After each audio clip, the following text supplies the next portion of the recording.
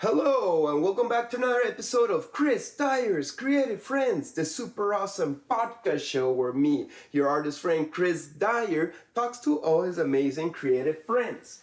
Today, I'm in my own home, interviewing my beloved Paulina Casati. I've been wanting to interview Paulina for a long time. Obviously, I love her and I spend my days with her. But she's this great artist who paints beautiful visions of alien entities and nature. We share our life together, and she also produces this podcast show that you see every week faithfully, hopefully. And I've been wanting to honor her for a while with an interview. She had to find the right time, and the day has arrived. So here's the Paulina Casati interview. Enjoy! While the world is turning, got to make amends. Walk on the sunny side with the positive lens. Talked about passion with all the beings in this land. Chris Dyer and his creative friends, darling.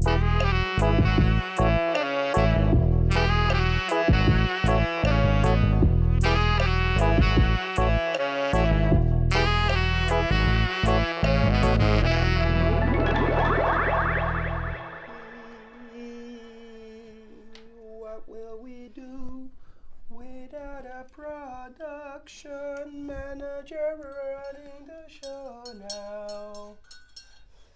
Paulina, Don't you know? where's our Paulina? I'm right here. But there's no background Paulina I'm right to there. run the show. Don't you see me? I'm there too. So many Paulina. I'm so fast. I'm like, what's his name? Quicksilver? Flash. He's like, no, from X-Men. Oh, that is Quicksilver. Quicksilver. Yes. How he's like. I used to have that action figure and I give it back to the owner. Who was the owner? One of my workers, Michael. Mm. Paulina. Oh, motherfucking Paulina.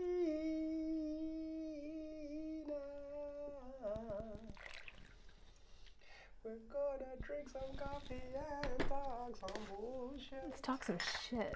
Let's talk some art shit. You want art questions or all political? Art questions, please.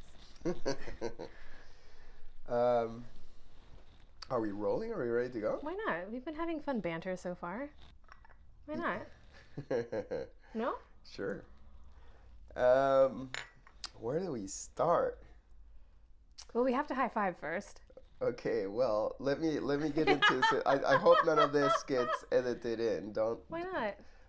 I'm not energetic enough. I need to come in with some proper energy. You just opened with serenading me. Oh, that's not. That's some behind the scenes shit. Yeah. I did a fancy pour on my coffee. Okay. Whatever you think is cool. Paulina! Christopher! Woo! I'm a little bit tired today, you know. I've been so tired all these days. That's why a coffee will help us wake up to this awesome interview that I've been waiting for so long.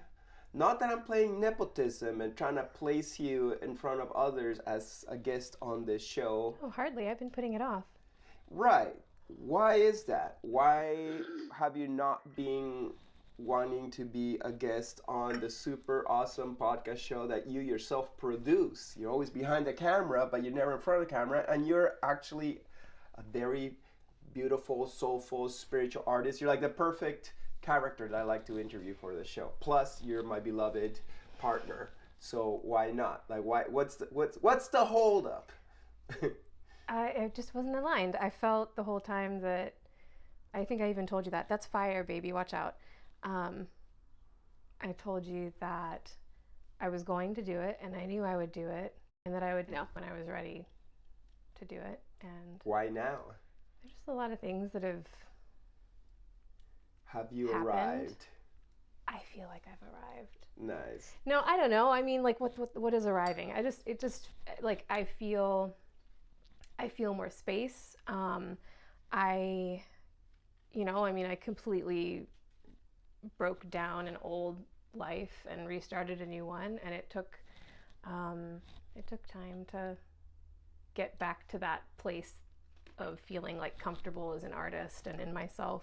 Yeah, she's getting in all kinds of places. She's really... Hopefully she doesn't knock anything down. The fire.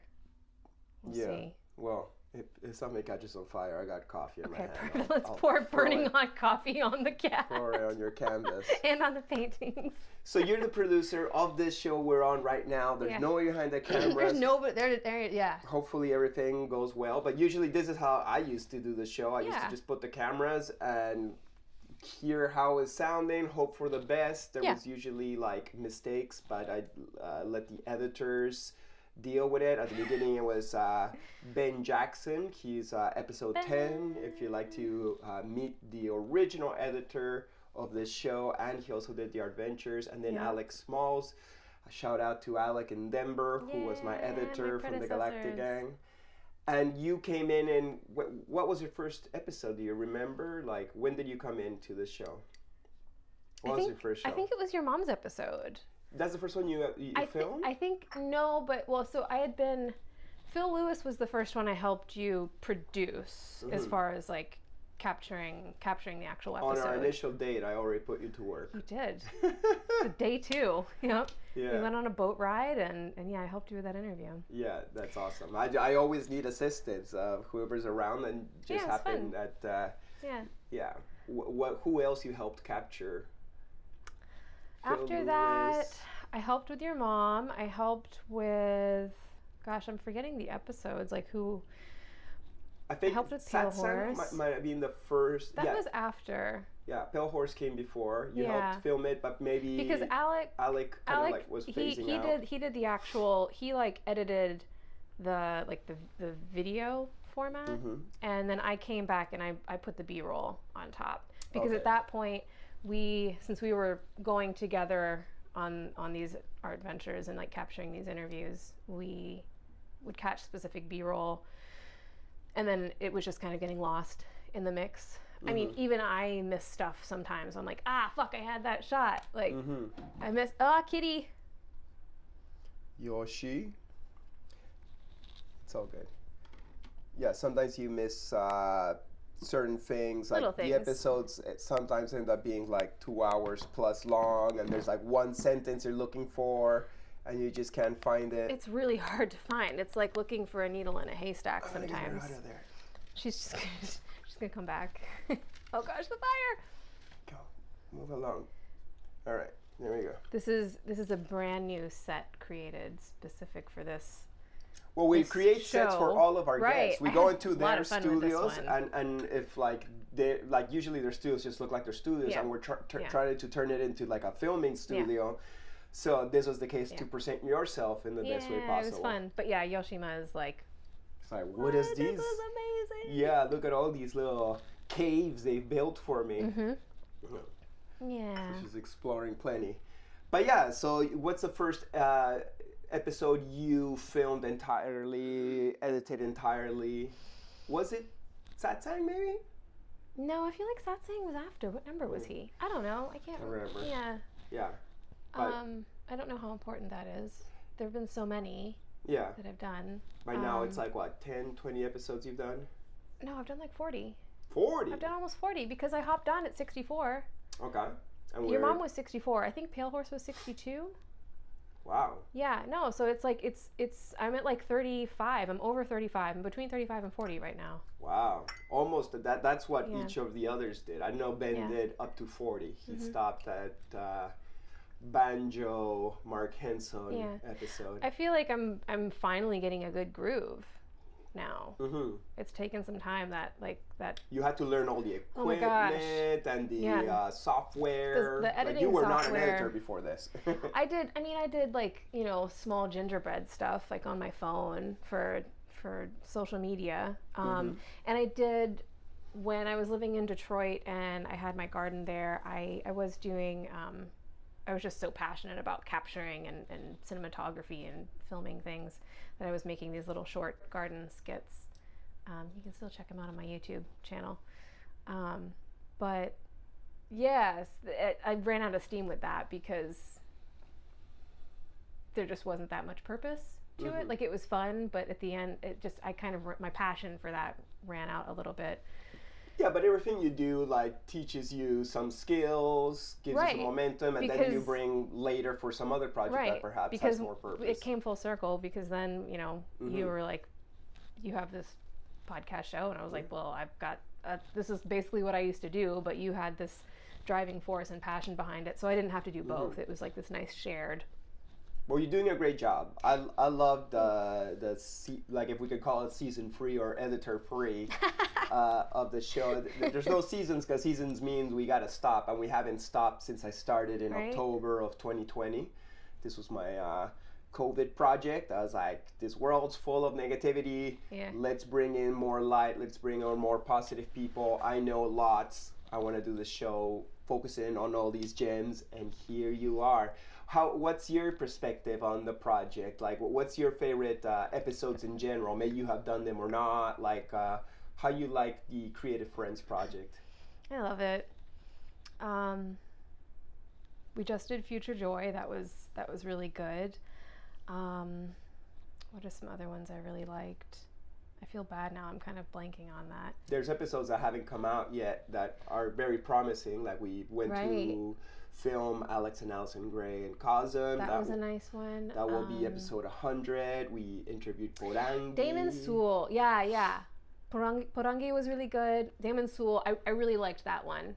Yeah, that was Damon Sewell. Yeah, Damon Sewell. That was really fun. Yeah. That was Grass one. Valley. Yeah, that was one where it's like art's great, but then also it was just like blowing my mind in all the right ways, and I was just like, ah. She had a lot of great points of views and information. Yeah. That you might agree with or not, but still, it's still fun. He's very smart and well-read. So yeah. And great artist, but with personality and deep, and we all get along really well. We see each other, you know. Sometimes artists are like in their own bubbles, and they're great, but they don't see you, and vice versa. You don't really understand what this alien's from, but sometimes the alien's from the same planet, and you're all like resonating really good. Yeah. Bua was great. Once again, that's another episode. Yeah, like there's been so many, and my I mean, you know, like my processor is just like, okay, we can focus on this much information, and the rest is just like, it's not necessary past shows you filmed are like, we did Polish Ambassador. Oh, right. We did Random Rad here. Yeah. Shrine stopped unexpectedly one day. We got him. Sweet Melissa was a lot of fun. I loved being in her studio. Who else? Nicole was fun. Nicole Palapoli in New York. Yeah. Your mom was fun. I wish we could have captured your dad. We'll work on my dad. That's like there's a diamond in that little My dad resists to be on the show, but like, I've had my brother on, Dyer. He's episode 43. Yoshima. If you want to, Yoshima, don't bite on the cables, please. She's like, I'm the producer now. We need the camera 5 to capture these little thingies. But I don't know, it's somewhere in a bag I fixed without my extra Paulina on the side. Hey Paulina, can you capture these really cute little moments? Of like Yoshi chewing on the cable of the camera.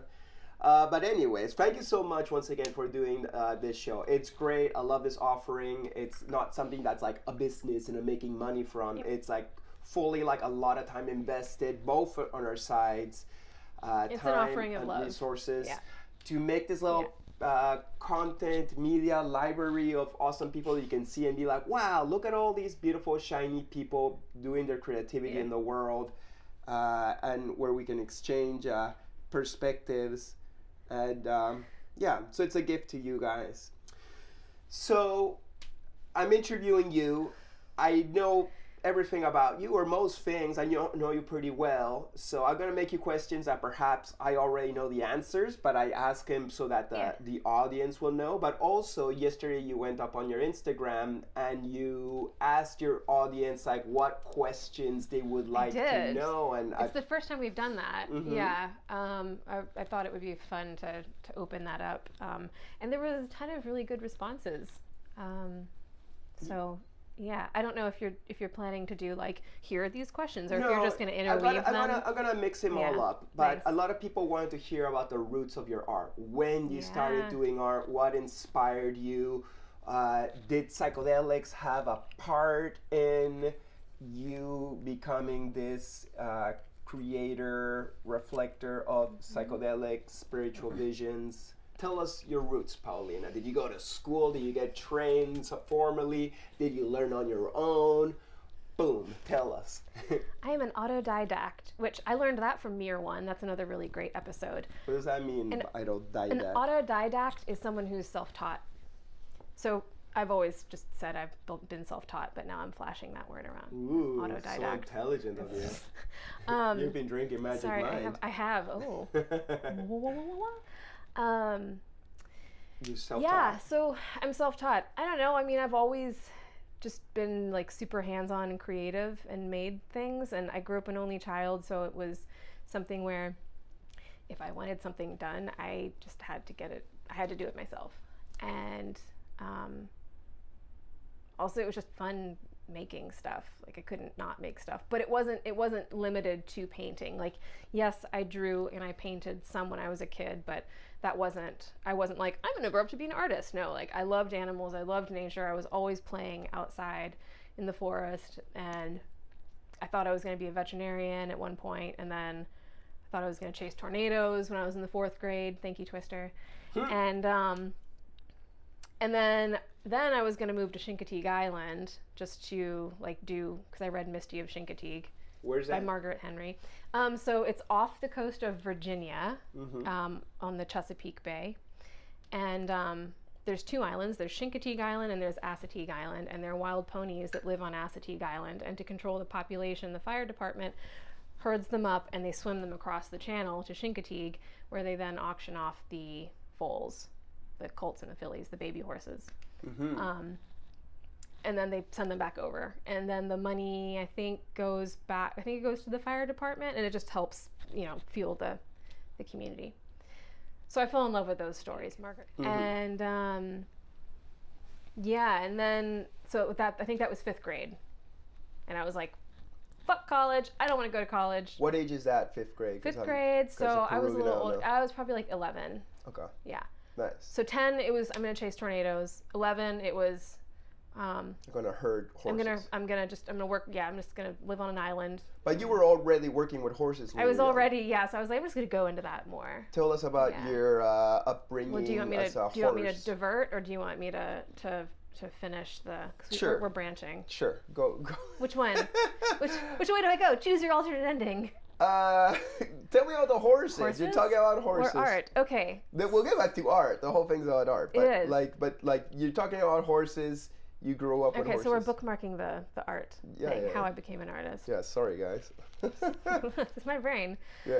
So my mother's an equestrian, and I grew up, she was riding horses when I was in the womb. And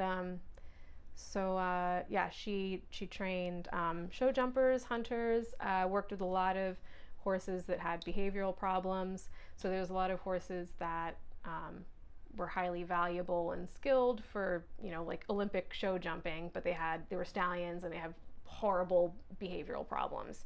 And they get to a point where like you can't ride them. And so she was like really good she still does this. Yeah. Late 70s. Crazy. Early 70s, but still. 70s. So that's what I grew up in. I grew up in the Piedmont of Virginia, the foothills of the Blue Ridge Mountains.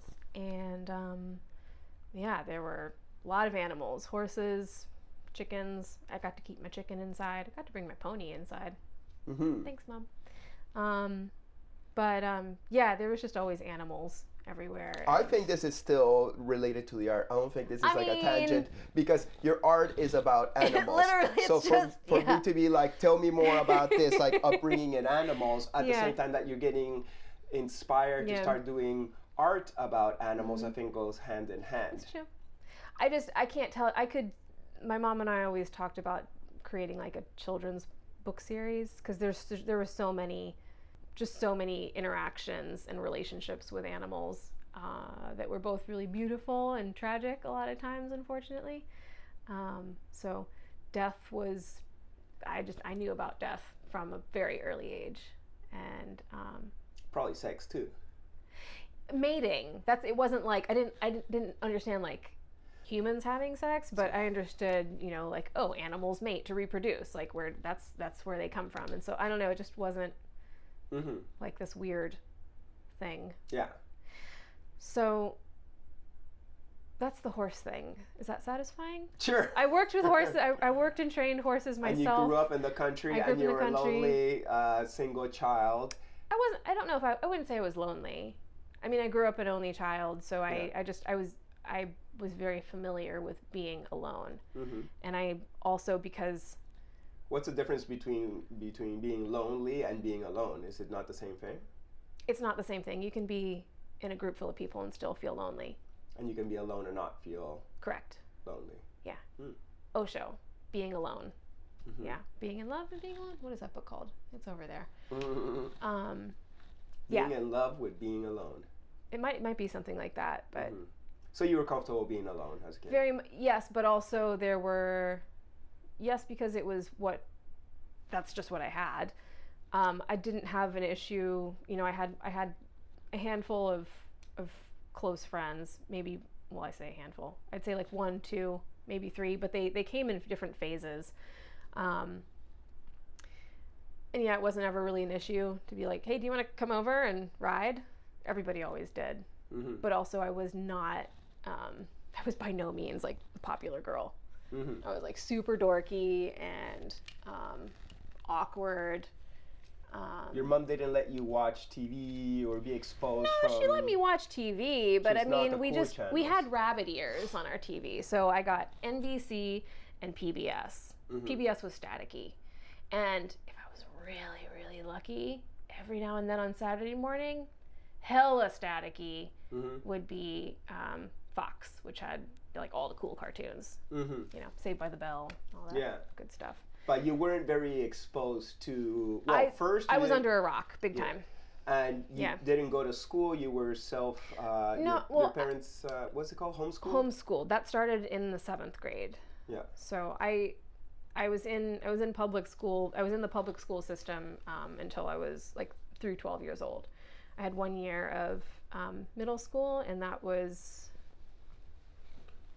It was a good experience, but also it was good. It was good in the sense that I gained clarity around what I did and did not want. And Which was? Well, so the school, the elementary school, even the classes that I was in were very different. There was three classes for all the kids that were, you know, the same age as me in the same grade. And 2 of those classes, the kids were very similar, and they all connected, and they were kind of cliquey in that sense. And then the class I was in, we were kind of just like the dorky, like neurodivergent, funny kids, sweet, kind to each other. We didn't, you know, we weren't necessarily like popular. We didn't have siblings that were necessarily popular, but it Freaks and geeks. Yeah. Yeah. But yeah, so then when I was excited about going into middle school, so that was a different school, and that's then there was like this confluence of all these different schools coming together for that middle school portion. And it was just a totally different ball game. Like, the age of innocence was over. Everyone was dating. If you didn't have a boyfriend or if you weren't going out with someone, you weren't cool. Just kids are just, you know, they're trying to find themselves then, and like the way they do that is through hierarchy, and then they're just fucking assholes to each other. So did you stay, or did you like... I was there 1 year. My mom wanted to start homeschooling me that year, and I was like, no, please, I want to go, and I want to, the crappy thing is like my best friend, what's up, Joe? He got branched off from my elementary school because of the districts. He got branched off to a different middle school. So there was always this kind of like separation that was happening, and then like convergence with others, and it's just really interesting. It was sad. Like, I was comfortable with the kids that I went to elementary school with, and Yeah, I could have been more comfortable. Yeah. But it was like an appropriate group of people to be around. So when did art come in? So when did art come in? Art came in... I started making a lot of clothes in my early 20s. And I was living in Charleston, South Carolina at the time. And I'd gotten to Asheville in 2010. And I started going to festivals in 2008. I'd experimented a little bit with extracurricular activities. Cannabis was very... I hadn't figured out yet that, I don't have to smoke the same amount as everybody else. And so I would try to keep up. It's like that little bit of pride factor there. And I would just get so obliterated and just fucking paranoid. It was awful. And so I like that was like the struggle with that plant. And it wasn't until, it was probably 2011.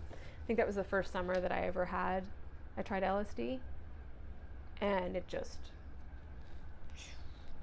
totally, it just like all these doors that I didn't even know existed that were locked suddenly became, I became aware of them, and they just like, the doors weren't even on them anymore. And what does that all mean?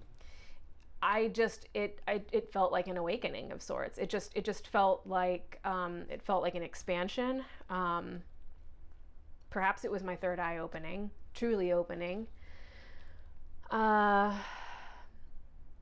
where art comes into it is, I have this huge wall above my bed in my room, and I'm like, well, do I go buy something? I kind of have an idea of what I want. Maybe I could just make something. And like I had some things come into my mind, and I was like, I'll try that. To paint something for your wall. I'll try to paint something for my wall. Mm-hmm. Like that sounds like fun. Sure. I was like, that just sounds like fun. That sounds like more fun than going and buying something. Buying something, you know. Yeah. It's like I spend my time either to get the money or spend my time to like have the creative process. And so I got all the lumber. I built the canvas frame. I stretched it. And it's my painting called In the Beginning in the other room. And I just started painting, and I started painting while I was eating acid. And I would just spend hours and hours and hours in painting, and it turned into something completely different. I still have just these like really beautiful memories. I listened to the Ecozoic album by Polish Ambassador over and over and over again. I can't tell you how many times. So that's super embedded into that painting, which I love. But I still have these really clear memories of I was just sitting on the floor, like painting my canvas. I can't do that stuff now. My body is just like, no. Like, did anybody tell you how to do it, or you just figure out on your own? Did it YouTube videos? Oh yeah, I guess before that I was doing posters for festivals. I'd done a couple posters, Renegade. I did one for All Good 2000, maybe that was 2010. I can't remember. I'm sorry, I don't have my dates in order. Sorry. Doesn't matter. I don't even know if I still have those originals. I think they're around somewhere. So you'd say that LSD helped you stimulate your creative side for you to do your first canvas, and then from there you're like, this is something I could do? Yeah, and then and it was just like, that was a lot of fun. And then I had someone that really liked what I painted, and they were like, will you paint something for me? So I got this old door.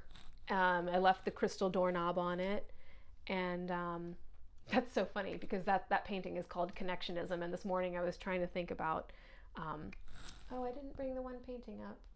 That's a bummer. That's okay. Darn. But the painting that I'm realizing I didn't bring up here, I was thinking about calling it Connectionism. And that's the name. I was like, why does that sound so familiar? It's because I already named a painting that. Do you want to bring it and put it back there? Sure. Okay.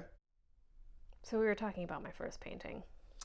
And then I started talking about my second painting, which derailed me onto that whole thing. Okay. By the magic of editing, it took less than a second I know, for you right? to have your See how painting amazing appear I am? behind I you. know, right? Because we're in our own home and you're the one editing it, so we can Yeah. do these things. So that's how you got into doing art. When did you decide, like, okay, art's my thing, and how did you pursue that path? So that was 2013 that I started the in the beginning painting, which is the canvas that I built and stretched myself. So you only got like 10 years painting. Yeah. I was doing some festival, like I said, I did some Renegade festival posters before that, but I think I only did like 3 or 4, and they were watercolors, and you can tell like it's my work, but it's a very different style. You're finding yourself. Yeah. And yeah, so I guess really what happened was, so that was summer of 2013 that I started painting. So it was only for a couple of months. I was in the final year of a 10-year relationship then. And so my life completely changed in 2014. That relationship ended. I moved, I got my own apartment. Shout out to Drew. And he was an amazing roommate. And just because I wasn't in a relationship anymore, and it was kind of like, well, what am I doing? Like, what's my what's my purpose? What do I enjoy doing? And then, well, I really enjoyed painting. This one was one of the ones that, I think this was like my 4th or 5th painting that I did. But yeah, it was just like every time I was painting, it was just like I was really happy. I just would go into my own world, but it was just like, when I was in there, it was just like unbelievably expansive.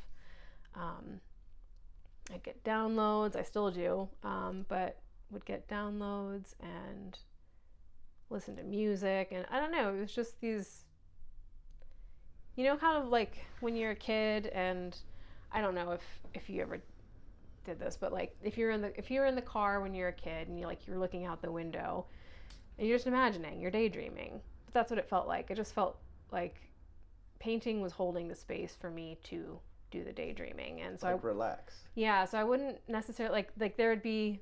It's like work, but it's gentle work. It's not like you gotta go super hard. Or perhaps with spray painting you can go hard, but with brush painting you can go just gentle. And it never seemed like work. It was like, this is fun. Like whoever this, whoever like the being was I was painting, I would connect with them, and it's funny because like I'm talking about this like in past tense, but it's still what I do, very much so. Now even more. Just having painted, like painting the horse, painting the tiger, painting this really lovely mystical healing goddess. Every time it's been very clear, because I've painted them faster and closer together, I've been able to observe that experience. But I'm working very closely with whatever it is I'm painting, whether I like it or not. Like that energy and that medicine is coming through, and it integrates into my life, which is fun. Who are these beings? Who are these animals? These animals are just like a random animal, or they're actual spirits in animal shape? I think the latter is what they end up being, but like beforehand, so the horse, I started painting that in late summer of 2022. You and I were just kind of talking, and I again was going through this shift in my life, and yeah, I was just wanting to like break free. I was in Colorado, and I was looking at the mountains and at the beautiful plains, and all I could see was, that's just what I felt. And I was like, okay, I want that feeling of like, yeah. And the painting is called Freedom to Feel, which very much so is what I was experiencing and having to hold space around. not. Do you feel there's like a healing process that happens for your paintings? I think For more than anything, yeah, it's probably that. It's like it's reflective of like where I am and whatever process I'm going through, which is why that thing comes through. So it's like therapeutic. Very much so. Yeah. Prajna, she's my tiger guide that has been with me since I was a little girl, and had like a super trippy experience when we did Hape ceremony this past New Year's. Okay. Where I like embodied her and was like this New Year's when we just did in the living room. Yes, it was extremely powerful for me. I legit I became her, and Wow. I grew wings, which I don't know if you remember that, but Judea, I think this was before that reading too, which is really cool. Mm-hmm. But when she read me, she was like, "You're like this huge cat with these amazing, beautiful wings." But yeah, like my wings. Julia's our psychic advisor. Episode 24, I think. I think so. Yeah. We'll put it here. Yeah. There. Yeah, but that was like, and yeah, like, so I like took flight and like pierced through this veil, this barrier that was like holding me back. And it was very, it was like, oh, I didn't even realize it was there, but it was just like, Chow. But you first met Prajna in some kind of yoga retreat, So meditation of sorts? that technically was the second time. Okay. The first time was when I was a little girl and I was playing in the woods behind my house. And when I say little, I mean I was like 3.5, 4. And this was like the 80s, so it was okay to like let your kid just go outside like that. I guess it still happens sometimes, but yeah, I got like really scared all of a sudden because I could tell, like, you know, when your imagination is like, oh, but there's a monster under the bed. No, there was a tiger in the woods. So I went up in the tree and it was like, holy crap. And I remember having just this very clear recognition that like, there's a tiger out there. Like I can feel like this presence, and it's like there's a tiger out there. And it started to dissipate, at which point I was like, all right, I'm taking my chance. And I like ran down the tree, ran inside. That was the end of that. Never happened again until I was 24, 25. I think I might have been 25. Might have even been 26. But yeah, I was doing a DNA activation at 3 Days of Light Festival just outside of Asheville. And yeah, man, she just like holographed out from the crowd and like walked up to me and lay down behind me, and it was just like I just started weeping because it was just like I knew it was her. Like I recognized her without a doubt. And yeah, so she's been walking with me ever since then. Sweet. Yeah. And you have tigers too. I got felines, Yeah. black cats, Yeah. and I think I'm a Lyran. Well, you're a Lyran too. I don't know, there's a bunch of cats, and now we got a little pussy kitten. But I don't have any psychic abilities, or not the traditional ones where you can see things that are invisible. At least not yet. I'm working on it, and hopefully as the planet changes frequency, I'll be able to like see more things. But as a 45-year-old man, I still haven't been able to see my guides with my eyes. Yeah. But other people have seen them for me. And then comes in our kitten. She listened to us. Hey, honey.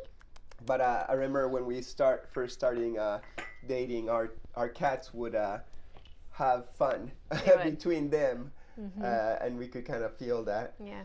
So you paint a lot of nature creatures, animals, or these spirits that present themselves as animals. But lately you've been painting more aliens or star beings. Yeah, it's been happening a lot. Yeah, tell me about that. Who are these beings? What do they say to you? Well, I'll start by saying, must you? Please No. don't. She really likes plants. Mm-hmm. She's like, I like plants too.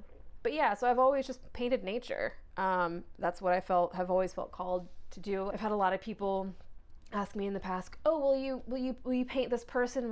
Would you do my portrait? And I'm like, no, I don't really want to. I just don't feel. You want to paint what you want to paint. I want to paint what I want to paint, and if I don't feel inspired, then I've taken on commissions before that did not inspire me, and I didn't paint well. Mm-hmm. It was like pulling teeth. Yeah. So that's Same. a boundary I learned with myself. Yeah. So, I started my first ET related painting same time I was in Colorado doing the horse painting. I was like, all right, I normally only work on one painting at a time, but I cheated and I started two.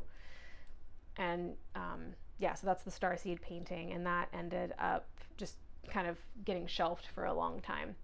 But then I took it around all last summer with us. Why did you paint that alien piece? I thought you'd never ask. No. So I was staying at our artist friend Dome Moon's house in Crestone. Oh my gosh. She's episode I can't remember, but once again we'll put a little card. Yeah. Man, that was just like such a magical place. There was no one around. She lived, I don't think she's there anymore. She lived in the middle of nowhere. So I was taking a hike one day, and I just sensed, once again, it was similar to the tiger thing. Mm-hmm. So I sensed a presence and just had this awareness that I was not alone. And again, like this very holographic visual I got of the super inquisitive kind of reptoid-like being, just kind of like peeking out from behind trees. It seemed it had a very curious, sweet energy, and it was just curious. It was just, fascinated with seeing me, and it didn't. It kind of noticed that I saw it, and at that point it receded, but it wasn't anything that was harmful or had any like negative bad intentions. Yeah, intentions or frequencies carrying with it. And those mountains they're really special. I was hearing some really interesting humming frequencies. Mm-hmm. I had a really interesting Lemurian experience when I was there too. There was just like a whole lot of activation that happened there. The natives from the area said that the quote-unquote white man that ended up living there were crazy for wanting to live in such a vortex. But vortex. That you have to watch the episode with Dome Moon. Yeah, she talks really more about the area and how magical it is, but full of aliens and spiritual sects and etc. Cults and religious centers all over the place, because it's a very trippy, spiritual place. And that's cool that you caught some alien activity. Yeah, I was like, okay, yeah, that's real. Were you sober or on a little bit of something? I think I had like a half hit, and that's my preferred dosage, because I can still very much stay grounded, but it just lifts your frequency just a little bit. Mm-hmm. And that's a huge thing, if you guys are interested in this stuff, I highly recommend Spirit Speakers podcast with our friend Judea and Patty, who's another great episode we did. And they talk about how there are all these different frequencies and things that are happening on this, like here in this world where we are. We're on the physical radio station, right? But there's other frequencies that we could tune in, and on psychedelics we can perhaps vibrate a little bit higher and then catch things like ghosts and aliens in shopping malls. Like in New Year's, there was a solar flare, and an alien showed up in a shopping mall in Miami, and people say like, a giant alien showed up, and nobody understands it, but perhaps the solar flares are changing the frequency of the planet for all of us right now, and we're being transformed into higher dimensional beings slowly. Yeah. And yeah, it's a tricky experience. But go on, sorry. Where was Your I? you're talking your Aliens. aliens experiences. Right, and you had asked me if I had imbibed anything, and I had. But yeah, that's what I love about that. What does Alex call that? Sacrament. Yeah. That sacrament. Yeah. Yeah, I don't know. It just to quote Drew Paget, acid can show you what life can be like without acid. Mm-hmm. Yeah. Yeah, we'll get there eventually. Yeah. And right for now, plant medicines and psychedelics is kind of like a preview to a movie that eventually I believe we will all see in our lives. Yeah. If you believe, like I think belief has a big pulling into which 100%. dimension we end up living. If you believe like, no, that could never happen, you'll probably attract, just staying on the physical plane forever. But like, I want to believe in a world where we all become telepathic, spiritual, high vibrational light beings, and we understand love and just live as one. That's the future timeline I want to live in. So well, and we have the power to shift where we are right now. mm-hmm. I've done it just in the last, since like before having met you. Mm-hmm. I began doing it, and I had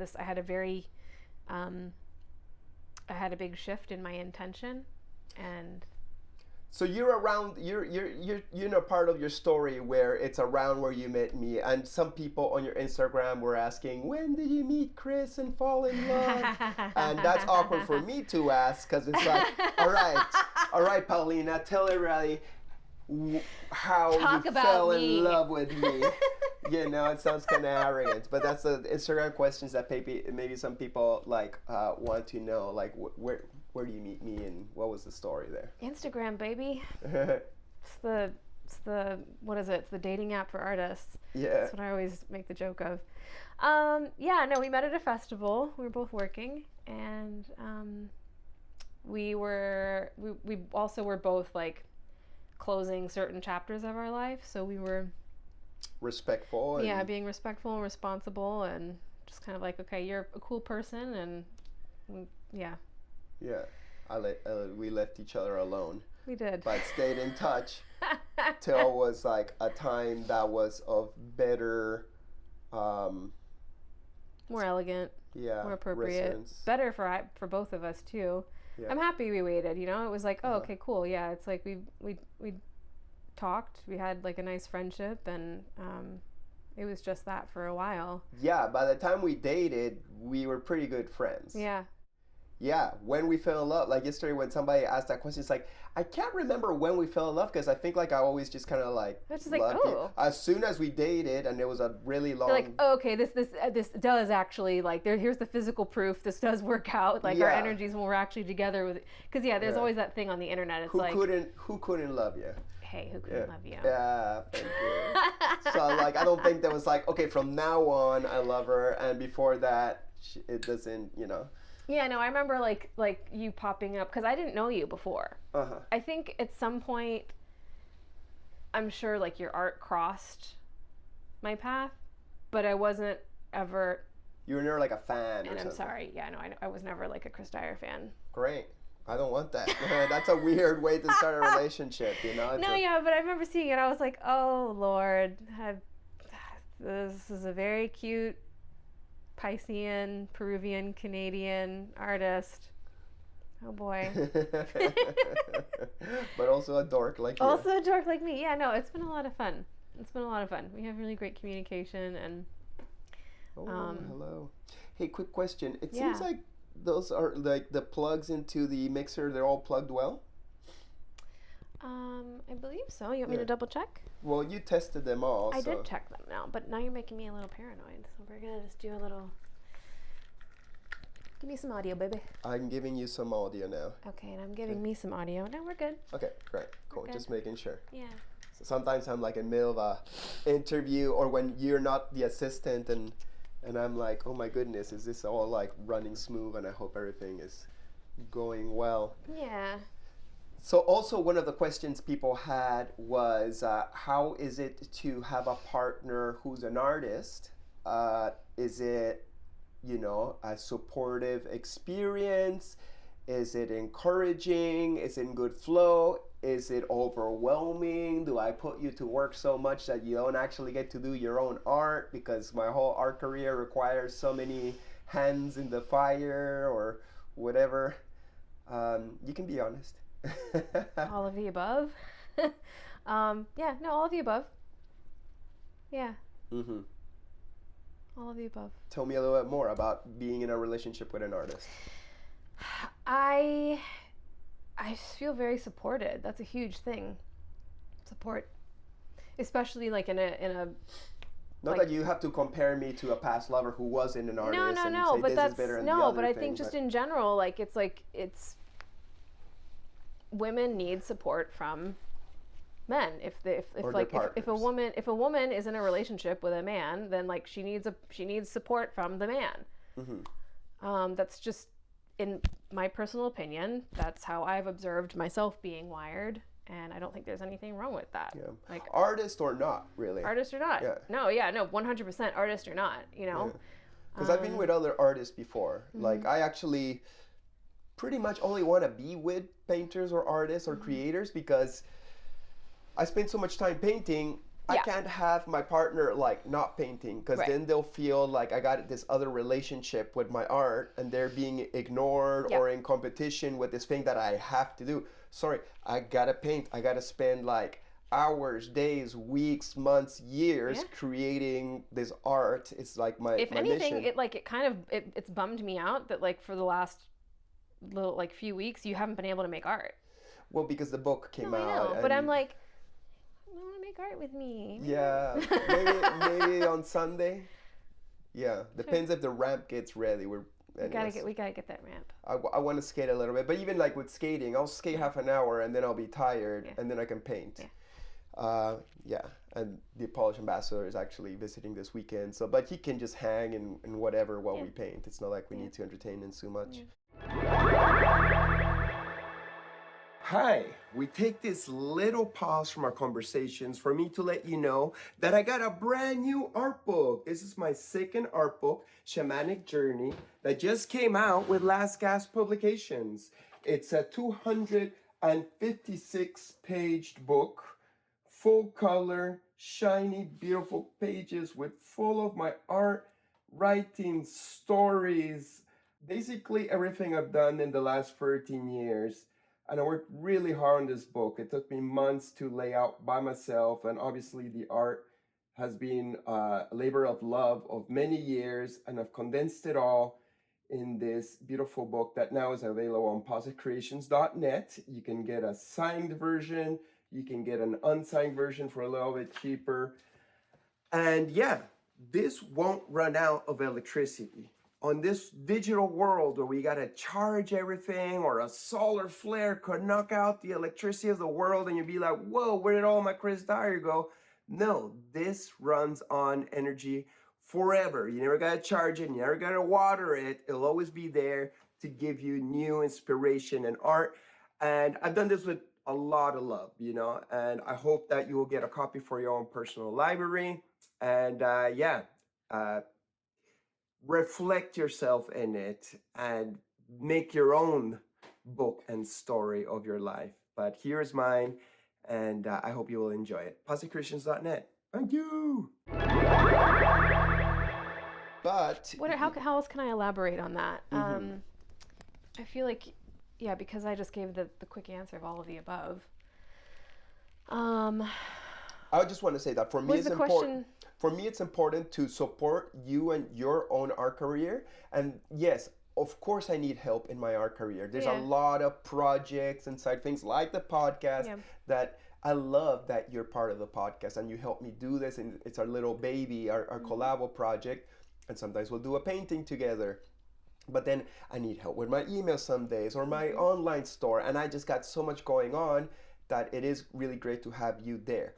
But at the same time, I gotta make sure I don't burn you out and that you get so overwhelmed by all the tasks that require running Positive Creations that you don't get to do your own art. Right. I really want to make sure that you have that time for yourself and also that your art is all you, and doesn't have to be like a Chris Dyer side thing, which is great, you know? Well, and it's been you've been very respectful in holding space, but also it's been a good exercise for me in honoring my own space and art and boundaries. And you're an amazing partner. I can communicate to you, and you understand. You don't get miffed. You don't get insulted. And yeah, I mean, there's certainly a lot more that I do now. Like, I wear a lot of hats. I was thinking about that this morning. I wear a lot of different hats. And yeah, so it's just making sure that I am setting aside time so I can wear my hats, but then still wear the hats that help you and us like get all of the things done. And so that's been cool because like I've gotten a lot better at doing that. And there are certain times, depending on where my energy is, that's easier than others. So that's been another really great way of learning how to communicate. What else? Well, you've got different hats. Like, not only you're a painter or podcast editor, but you're also pretty much like a construction worker. You got all the manly skills that I don't have. You help build the fence and the gates, and you even help me fix my ramp. And you're a permaculture expert. You're creating the whole garden situation. Yeah. So tell me a little bit of these other side projects here in the house, building up this whole situation together. I realized that a few years ago. I was like, oh, I'm just like, I just elaborated. I'm doing all the things I did when I was a kid. Literally, like, if you want like the secret in life, like what the fuck were you doing when you were a kid? Like, go back and do that as best you can, or just incorporate it in some way, shape, or form. And yeah, so like I have the artistic eye for things, and I just like creating. So yeah, it's like I like different forms of creating, if that's, you know, with like my shovel in the earth, and water and seeds, or if it's your saw, if it's with my miter saw and my nail gun, all those things. Yeah. I admire that. It's like, wow, you're such a badass. You like building all these things that I can't do. Obviously, we both wanted a fence to get some privacy and block traffic and sounds and create our little bubble, and then start creating all this, planting all this nature around to like have this little, you know, rectangle of pure nature paradise for ourselves to hide in. I couldn't do that without you. I just don't have the skills. And I love that you do have the skills. So I'm like super grateful for you in my life. It's really beautiful. I remember when we had like first started dating, and you said you needed a fence then. Like, there was no fence or something. I can't remember the exact situation, but I was like, I want to build you a fence. And you were like, oh, you want to build me a fence? I was like, yeah, I want to build you a fence. I built part of the fence. Yeah. Well, you could have built a fence, but it's like it's a physical task. So you designed it, and then we had workers like Joshua Telos and Michael Film and Destroy. They came and helped us, you know, do the grunt work of the carpentry. And that was like a lesson for me. It's like, I don't have to do everything. Like, what am I trying to prove? Yeah. Like, I'm just going to, like, I can't, like, I did a fence build like this once before. I'm super stoked I did it. Because of that, I knew how to manage this one. And I could afford to get our friends to help you, so you don't have to, like, sacrifice your body, but I do need somebody erecting it and making sure that things are done correctly and well done and quality, and I don't have the eye for it, but you do. Yeah.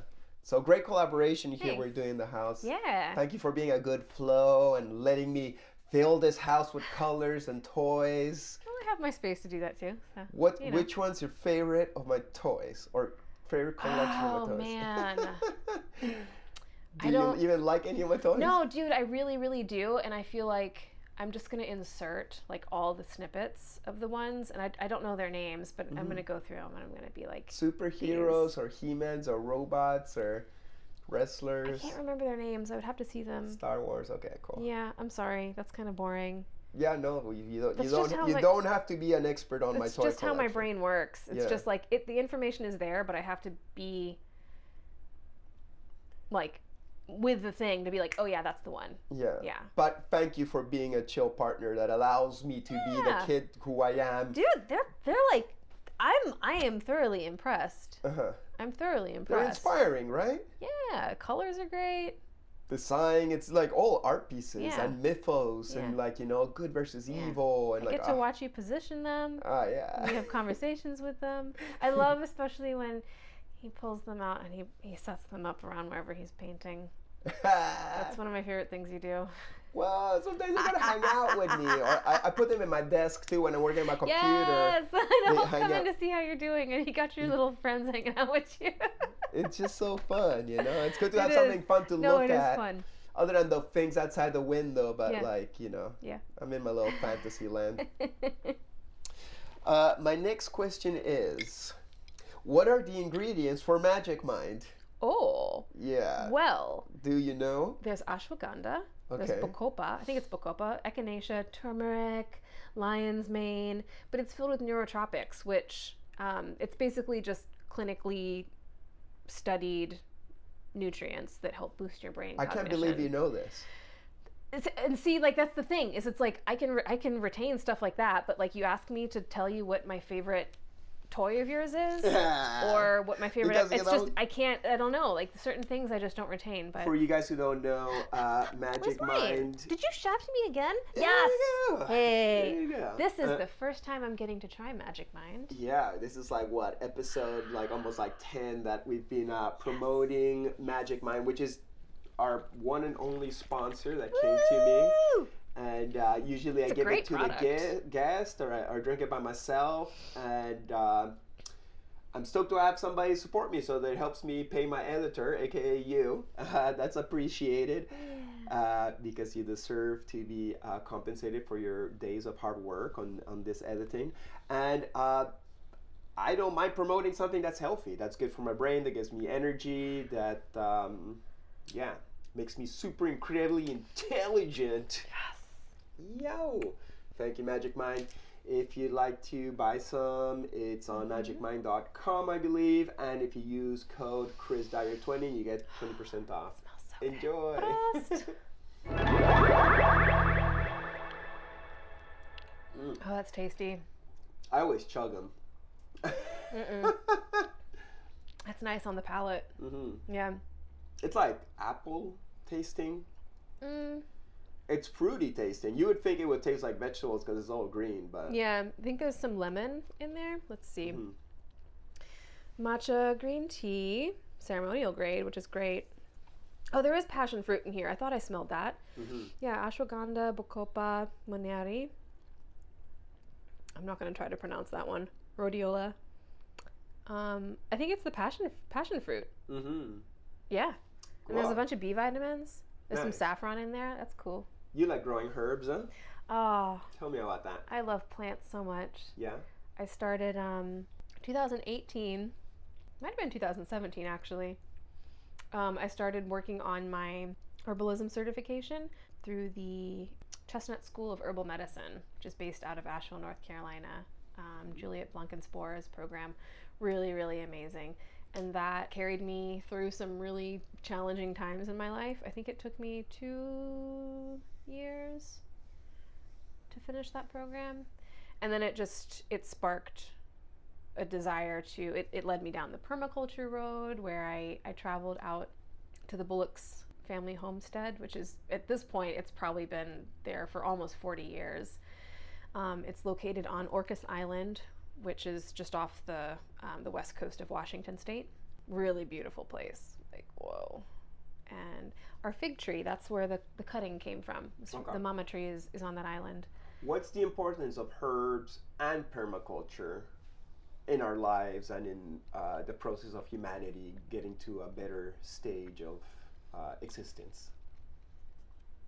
I mean, we were connecting with plants long before we were, we had technology or modern medicine. We use plants and herbs to Yeah, heal. yeah. So Ayurveda, for example, that's like over 5,000 years old. Mm-hmm. That's like a totally different approach, but it's you're looking into the way the body is communicating, and you're working with specific plants for those things that are happening. So it's not so much like putting a band-aid over something. A lot of times when you have a symptom, it's because there's something that's happening, and it's like a little red flag or a little alarm that's going off. It's like, yo, like, help me down here. There's this problem down here, and you just have to follow the trail of breadcrumbs to get to the root. So plants are, man, and they're just like so sweet and gentle, but they can also like really fuck you up, which I think is cool. Certain plants are just like hella toxic and they can kill you. So it's also really important to know. Respect them, but but also, even for a plant like Tulsi basil, like you still want to be respectful. Like you still want to like sit with the plant before, and it's like it's a being. It has a form of consciousness.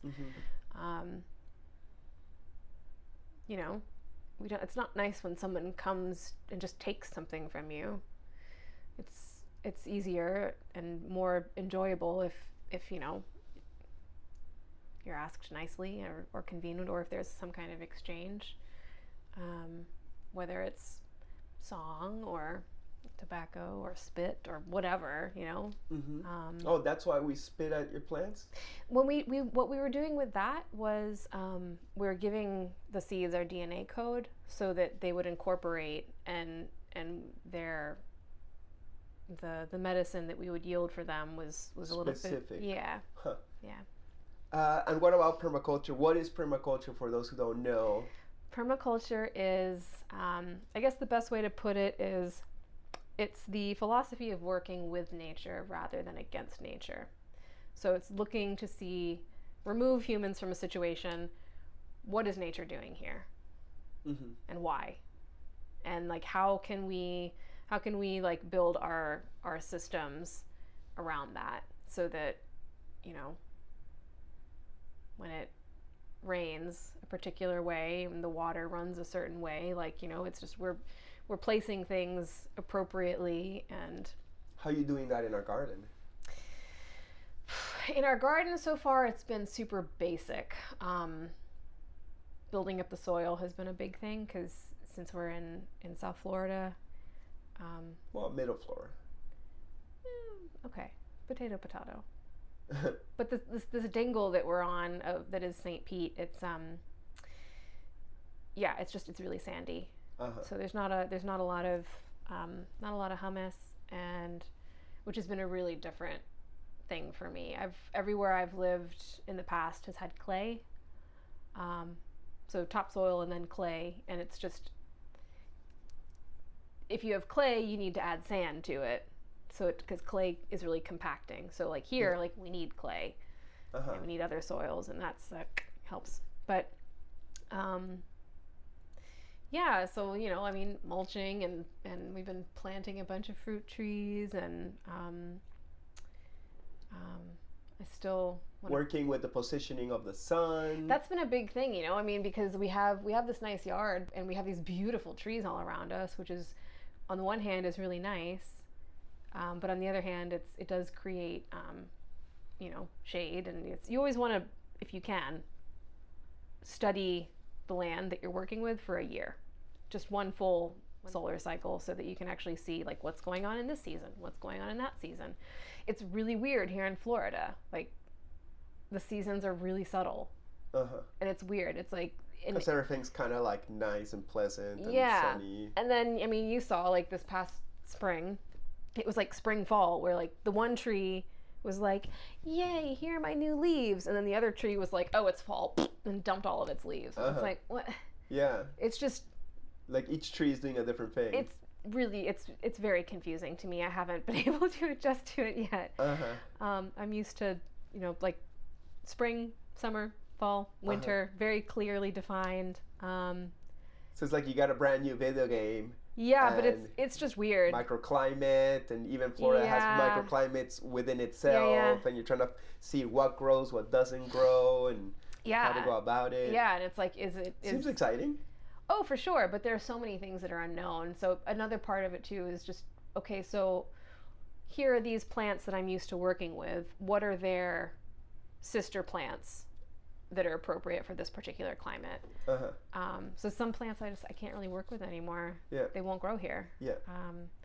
But I'm trying some of my favorites, and the goticola is really happy, and the tulsi seems happy. So yeah, just slowly building stuff up, and we'll see. Yeah. Thanks. Next question. Okay, let me see. So talking about like being in this environment, how is it living in St. Pete? Like you've lived in, you already mentioned you lived in Virginia, in North Carolina, in Detroit, and now we moved to St. Pete. We moved together at the same time, and I bought this home, and right away you moved in with me, and we've been creating this paradise together. How you like this area and Florida in general, perhaps? I really like it. It's different. It does have things I don't like, but it has things that I really like. And it's super magical. I guess if you're focusing on all the Florida man activities, then it's kind of like, oh, okay, yeah, like Florida seems pretty whack. But when do we ever see that? I haven't seen it. I've heard like accounts. I've seen some funny stuff, but still, it's just. But there's jerks everywhere. Everywhere. Yeah. Everywhere. It's not like, oh, all the jerks live in this area and all the good people live in that area. Yeah. No, there's I've like in Detroit, areas. I've seen someone sitting inside a shopping cart and holding a scooter next to them and using the scooter that's motorized to pull them along in the shopping cart. Yeah, I don't know if that's even good or bad. It just sounds It's just funny. kind of like, what the fuck? Yeah. They didn't want to ride the scooter. Yeah, I haven't seen that activity here. I actually even haven't even seen many alligators. We only saw once. Right. That one time when that pond close by. Not too many. But there's lots of nature here, and I love sun every day. Yeah. Yeah, I really like that. And people are being really kind and welcoming here. And you want me to serve you? Let me serve you. Serve me. Yeah, Thank you. Here in St. Pete, we've made some good friends right away. If anything, we've been so busy with all the art projects and touring and stuff that it's hard to find time to hang out with all these new friends. I know that has been. That's like a quote unquote problem. Yeah, but man, like definitely the most abundant mindset centered group of people that I've ever gotten to live around, which has been really fun. Also just really sweet and matured artists, not necessarily like they're actively engaged in the St. Petersburg art scene, but I guess it's a little bit different from the festival scene. Yeah, they're not necessarily. And the visionary scene. Well, there are all these different scenes. We got different friends, but like in general, they're a little bit older, like us, late 30s and 40s. No kids. No kids. So they always got time if we want to go out and to a restaurant at night. do it. No babysitters for anybody. Yeah. It's been very aligned, and I like it when we have this little extra time. But they're also busy with their art projects, so once in a while we'll have some time, and when that happens, it's great. And if not, no one's like, you never hang out with me. No, it's like we're all doing our art thing, and it's like, oh hey, let's get together. Oh cool, this person's having this thing. This person's having once that in thing. a while we'll have a birthday and be like, okay, let's stop for one day. And enjoy, kind of like today. It's Paulina Day. I finally get to interview Paulina for my podcast day. It's better than your birthday and my birthday put together. But in a way, we're working, but not really. We are working, but not really. Yeah, but that's fun. We're drinking some coffee and having a nice conversation. A conversation we can share with others. And I love that because I love my conversations with you. I can stop and have a deep conversation on any day of the week. And I'm like, ooh, I can't wait to interview you and make you all these questions. But going back to our questions and questions from people who had them on Instagram yesterday for you. Somebody was asking, do you work with sacred geometry and how do you embed it into your work? I do. This is one of the ways, Flower of Life. That was so, I'll just say because how did I learn about it? I don't know. It came into my into my periphery when I started painting in 2014. On YouTube, there is a channel called Spirit Science, and they have an amazing series on sacred geometry, and it's like hella cute animation and narration. Those and it's stick figures, really right? but they're not really sticky. They're like yes, but like they have like bulky arms, like fleshed and, out. Yeah, and like a little boxy head, and just super cute. And they go into all the stuff, which is really cool. So that's how you learned your basics on sacred geometry. Yeah, I was just like, I don't know. Anytime I like learning. Like I like video. I like good video, which is also what inspires me to, with this podcast show. How do you incorporate it into your art?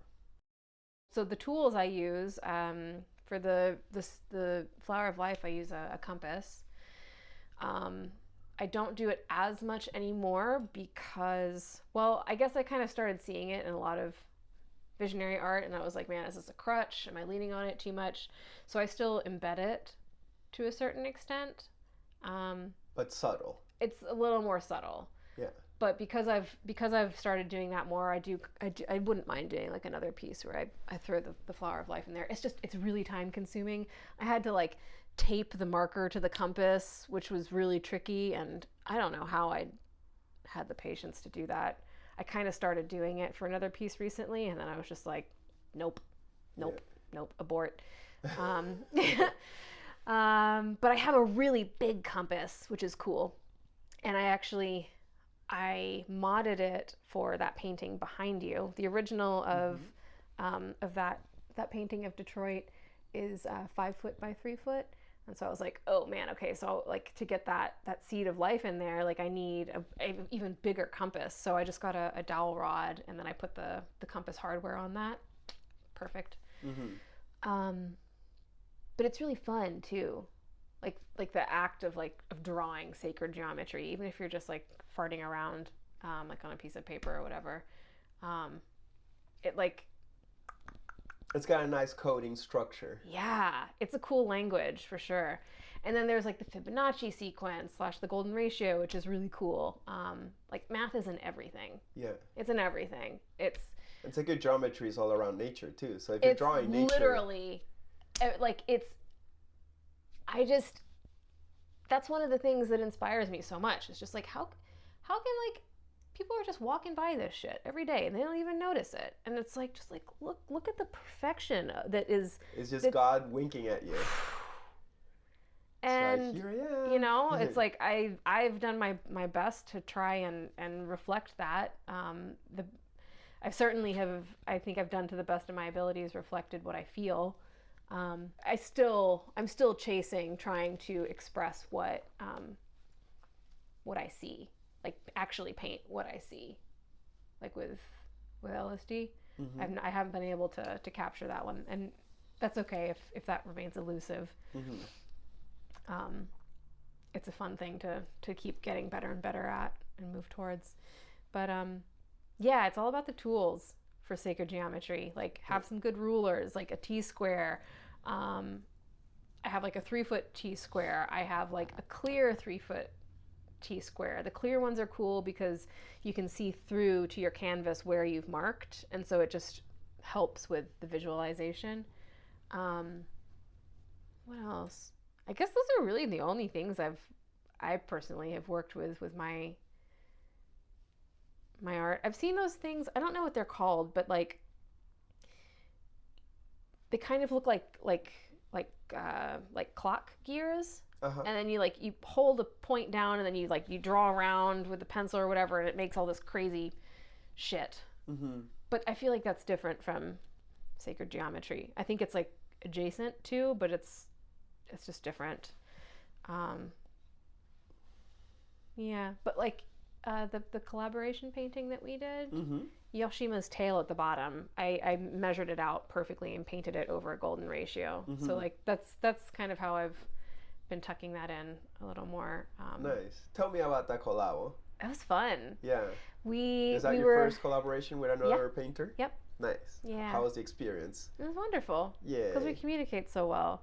We were coming back from Art Basel, and I remember we were driving through the Everglades, and I was finishing my book, and I was like, it'd be great to get you in there, but like I'm doing the collaboration with Dalek, and like I don't even think you. I think before that I had even said like it would be really fun to create something with you. Well, we've been talking about it forever, but it's like, oh, we'll be able to do it in time to squeeze it into the book. Yeah. Is the so thing. we started talking. We were like, okay, well, how would we approach this? Like, let's get some blueprints and a map of like what are the options? And there's another painting I would still love to do, like of Yoshima being her like little, kitty robot self. Yeah, I don't know. That was cool.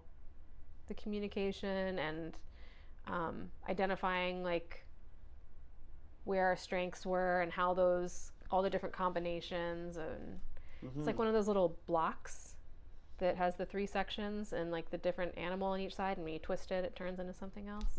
It's kind of like that. It's like, oh, which one works the best? And they all work. Yeah. But well, thank you so much for collaborating with me. Thank you for collaborating with me.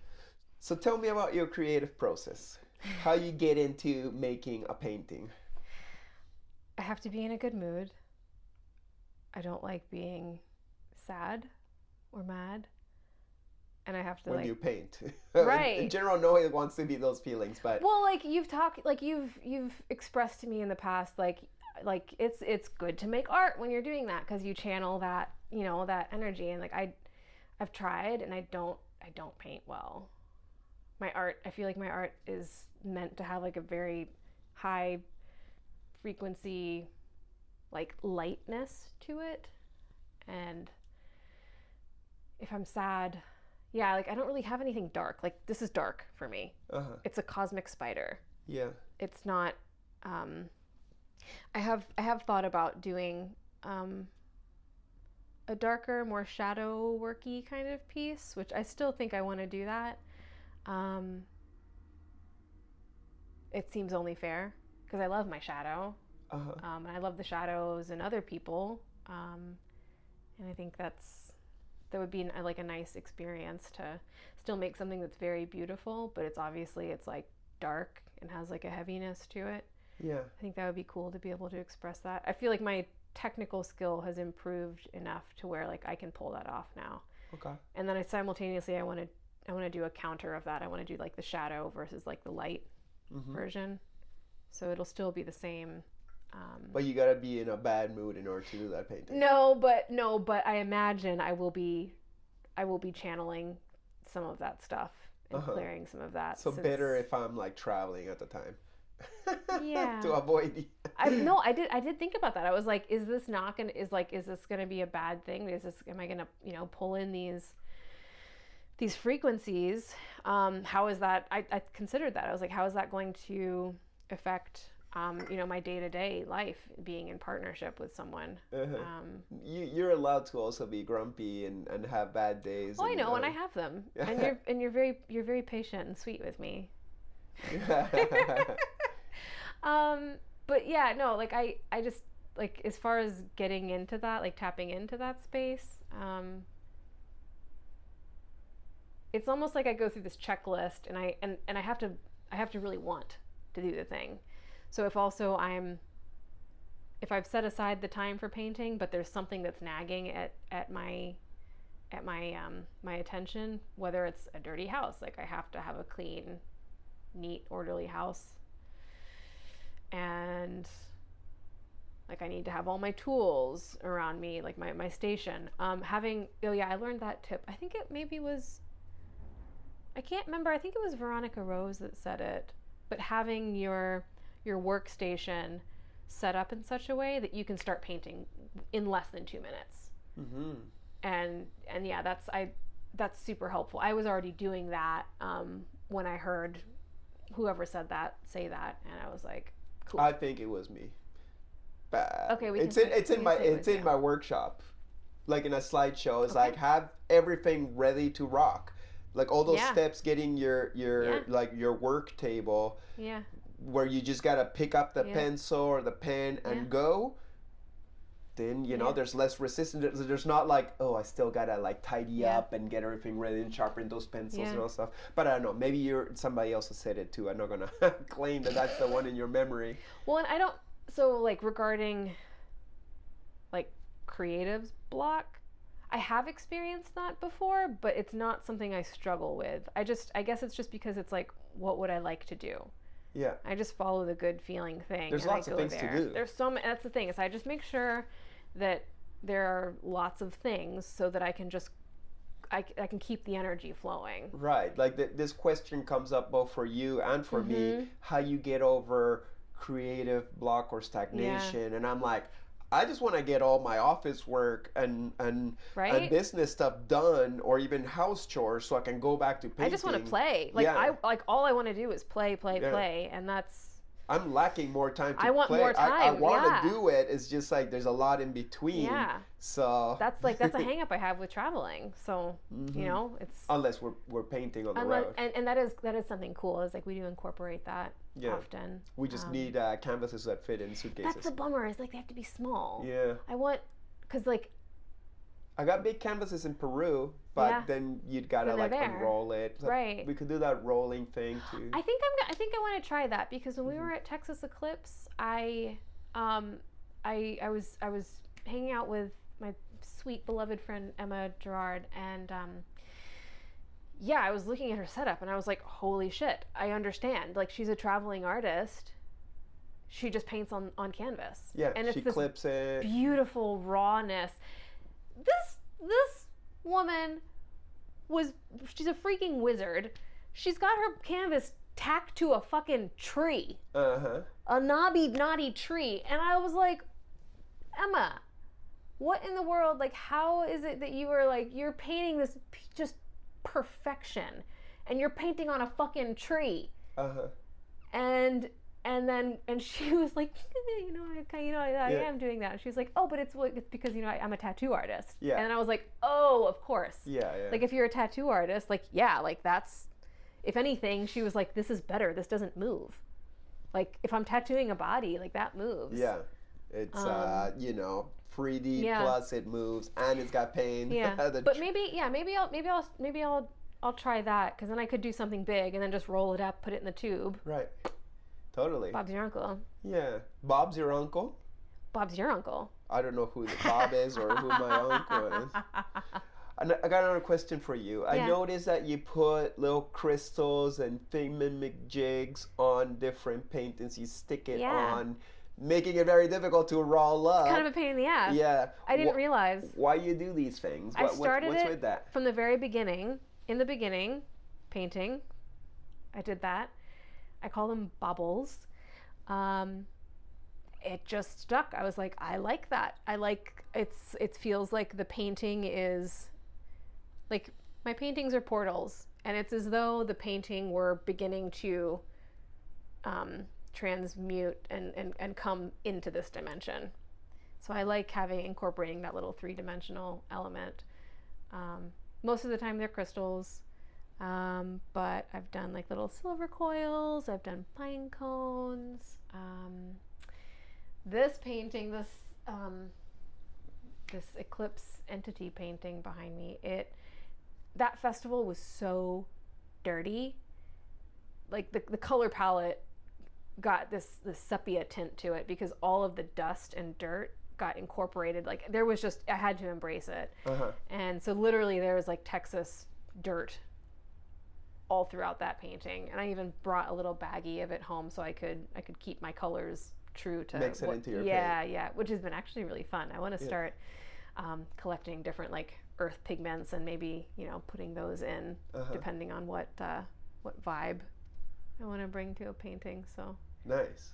Are you gonna stick something onto this one, or is the earth the filament? No, I think I will.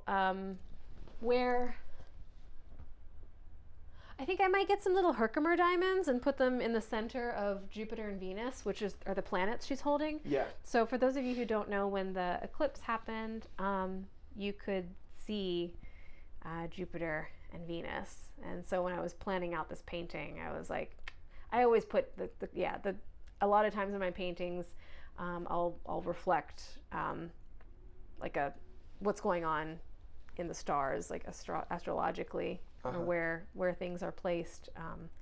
Like conjunction is one. I was on a walk at like 4 a.m. when I was living in Detroit, walking my dog, and man, that was like a really beautiful night. And that the sky in that painting was inspired by that evening, and it's called Conjunction, and it was this really beautiful conjunction that was happening. It was just really epic. Yeah. Nice. So. How did you enjoy the eclipse and the eclipse festival? It was amazing. I didn't want to go at first. I was very resistant, but I'm really glad I went. Yeah. Do you feel there was any transformation or spiritual upgrades that happened there or from there? Absolutely. Yeah. It was, man, just, I felt it leading up to it, but then like when the actual eclipse was happening, like everything got silent. And it was magical, huh? It was really magical. It was like DMT whispers in this dimension. Like I could just feel a different energy, or a lack of, because there's that cutting off of the sun's energy from us. So yeah, I almost like can feel like the residual of that right now. It's really cool. Just thinking about it. Nice. So it was worth going all the way there and putting yourselves in the hands of a festival that was so disorganized in many ways. And yes and no, but there were still so many beautiful people attending and working, and everything worked out. Literally everything worked out. We went there and were of service. That's the important part. I just thought it was so funny that, our freaking pleasure palace door handle broke, and then we were like locked in our little mini RV, and it was just like, well, yep, this is where we are right now. This is just kind of one of the undertones of the weekend, and what can you do? You can just laugh about it and have, I'm glad my arm was small enough I could reach through and pull it open. But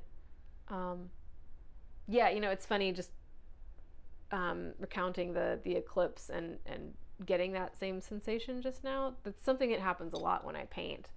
It's like I feel, and you've talked about feeling. You don't paint what you see, you paint what you feel. Yeah. And so there's a lot of feeling going on when I'm painting. And it might not necessarily be with that thing, but when I'm dropping into that state, I'm essentially daydreaming, and then I'm very much so feeling whatever it is I'm daydreaming about, or whatever comes through, and I guess that's just flow state. I don't know, but it's delicious. Nice. I really like it. So you mentioned being neurodivergent. Yeah. You were telling me this even before we dated, and you're warning me like, hey, just so you know, I'm neurodivergent, and I was like, is she like autistic? She's on the spectrum. Oh no. Like, what's the situation here? Like, does her brain not work very well? But she hung around. Is this gonna work out? What does that mean? Because for me, you're not like mentally ill, but you're a little bit weird, and I'm certainly weird and strange. Maybe everybody is weird, but just some people know how to pretend how to be normal, whatever that means a little bit better. That's called masking. Right. So tell me, what is your definition of being neurodivergent? Are we all it, or is this only some people? What's the deal with it? Well, I wouldn't call it, just to make a little adjustment, I wouldn't call it mentally ill. It's just a difference in brain structure. And so there's this, it's called being on the spectrum. And it's a spectrum because like there are all different variations and degrees. And some degrees are stronger, more intense than others. Some can facilitate really awesome things. Some can be really debilitating. It just depends on where you are, and I'm not going to go into the what factor. I kind of want to like riff on this idea that I'm having, but I also don't want, because it's so raw, I don't want to offend anybody, and B, I also don't want to like flag this conversation. Yeah. So let me gather my words. So I'll back up and I'll say that for my own personal observation of myself, I've always felt like I couldn't be me. What seemed, I recognized that the things that were me and the way my brain was working was not the same format as, for example, what was being asked of me in school. I felt like a star being shoved through a square, and it's like trying to cut my star tips off. Mm-hmm. It just wants me to be a particular shape, and I think that's really fucked up. Yeah, it's not healthy. And that's literally that is the schooling system in most places. Like, I love Montessori schools. I love unschooling. I love, what's the other one? Waldorf? Yeah. Yeah. But basically it's, you follow the spark. Like, what's the spark in the child? And you follow that. Like, the spark is there for a reason. Mm-hmm. And there are all different kinds of sparks. And that's the best way to describe, like, being neurodivergent. And there is neurotypical, which is like a particularly kind of intelligence that's more encouraged in society. Right. Well, and I've also described and pondered if what is going on is something like, think about, so you have like neurodivergence and you have neurotypical, but it's still those are all parts of the whole. Yeah, it's a spectrum with all the flavors. Right. So, like, let's just say it's a pie, and like neurotypical is one portion of the pie, and they do bring a particular offering that is really beneficial to the whole. Right. But all of them do, right? All of them do. And what I am personally wondering and sometimes observing is that one of the characteristics of that pie slice is that there's a particular kind of ambition and drive that, when imbalanced, can overpower and wish to dominate. And it's like, oh no, you need to be, all the rest of this needs to be like this. And it's not, it's not, it's kind of like that. It's not staying in check. It's not staying in line. It's kind of like the spectrum of sexuality. Yeah. Yeah, whereas like at one point in history, it's like everybody's gotta fall in these slices, and whatever's in between, and whatever's in between is not correct, and blah blah blah. And now there's a little bit more open-mindedness of like, oh, there's all these slices and everything's good, but divided as humanity can be, it's like, actually now we're gonna make these slices more important and these normal slices like almost like not good anymore. It's like, man, can they all just be equal and nice? There's always, it's the only difference between a flower and a weed is judgment. I don't know if there is any right or wrong, Yeah, everything just is. Yeah, I'm feeling more and more like there isn't, or that like you have to have the poles apart. You have to have the yin and yang. The one can't exist without the other. Like if you have space, there has to be a container. Diversity is great. It's amazing. Yeah.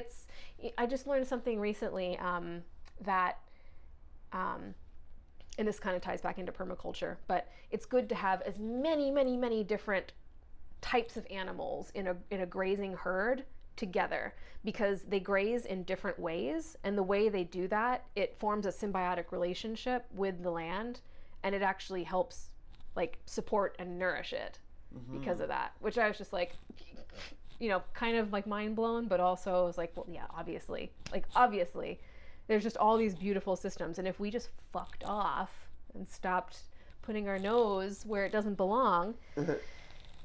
The thing I was going to say that I wanted to be delicate about, I saw something this morning.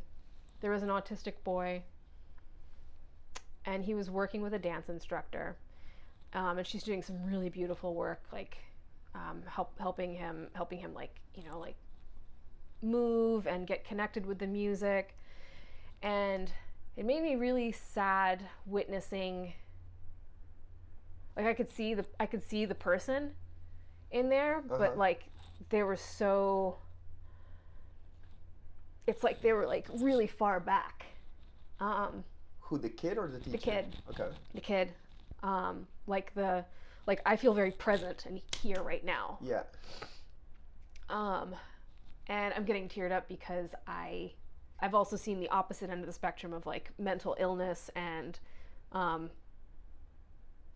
people getting like they're there and then they're fucking gone and something else is there. Yeah. And so seeing that this morning with the autistic boy, it's like that different, it's still that same, you know, being detached from, in a sense, but it's a totally different situation of like, but how did this happen? It's not, it's a different kind of energy behind it than say mental illness, which really I just think that is something where we're, you know, we're tapping into these other frequencies and fields and planes, and we're legit like seeing stuff, but it's not fucking here. And like those don't mesh well, so you have like this crossing that's happening, and it gets fucking weird for people that are just here and don't understand. Though, like people, and probably confusing for those who have a foot in each dimension. Yeah, I can only imagine. Because they want to be functional in the physical plane, but they're tapping into the spiritual plane, and they're trying to make maybe they get confused. Maybe they're tapping into like negative entities on the other side that's playing tricks on them. Even if positive or negative, either one. I mean, if you don't have control over that, you know, it could be really amazing. It's like, you know, I'm me. I'm just, you know, doing my thing, and then without any choice in it, I'm just all of a sudden I'm like, you know, in a DMT dimension. But my body is still, you know, like fucking walking around here on this third dimension plane. Like I've seen stuff like that happen. It's challenging. And it's, you know, you have to make sure that the vessel is safe while it's here, you know. And there are a lot of different cultures that have they hold space for people like that in a much different way. I don't agree with how we do that in this country, and I don't know what it is necessarily that sparks the mental illness, and I have my own personal beliefs around what sparks that in autism, and what this all has to do with the neurodivergence is what I'm wondering is if, and hopefully this isn't too vague, but what I believe to be a cause of autism, that cause, is that the repercussion and the effect when that cause is applied to someone with a specific neurodivergent brain type? I don't understand what you're saying. So like when you're given something, and it leads to autism. Oh, gotcha. And so what I'm wondering is when you're the recipient of something that is meant to do good. And depending on your brain type, does that lead to a different potential result, or is it just all bets are off? It's an experience. I don't know. And perhaps, you know, like I wonder. Spirit is giving that parent to observe, like, right? Oh, that thing. You know, led to my kid having a different brain pattern. Let's address it. Like that experience is something that parent has to go through. That soul that then was a kid also signed up for that experience. Well, these are all personal beliefs, but what a hard reality to go through that, you know? I do agree with that. Like everything, and not everybody agrees with that, and that's fine, but I personally feel like every single experience we have is because like I think we were made for this.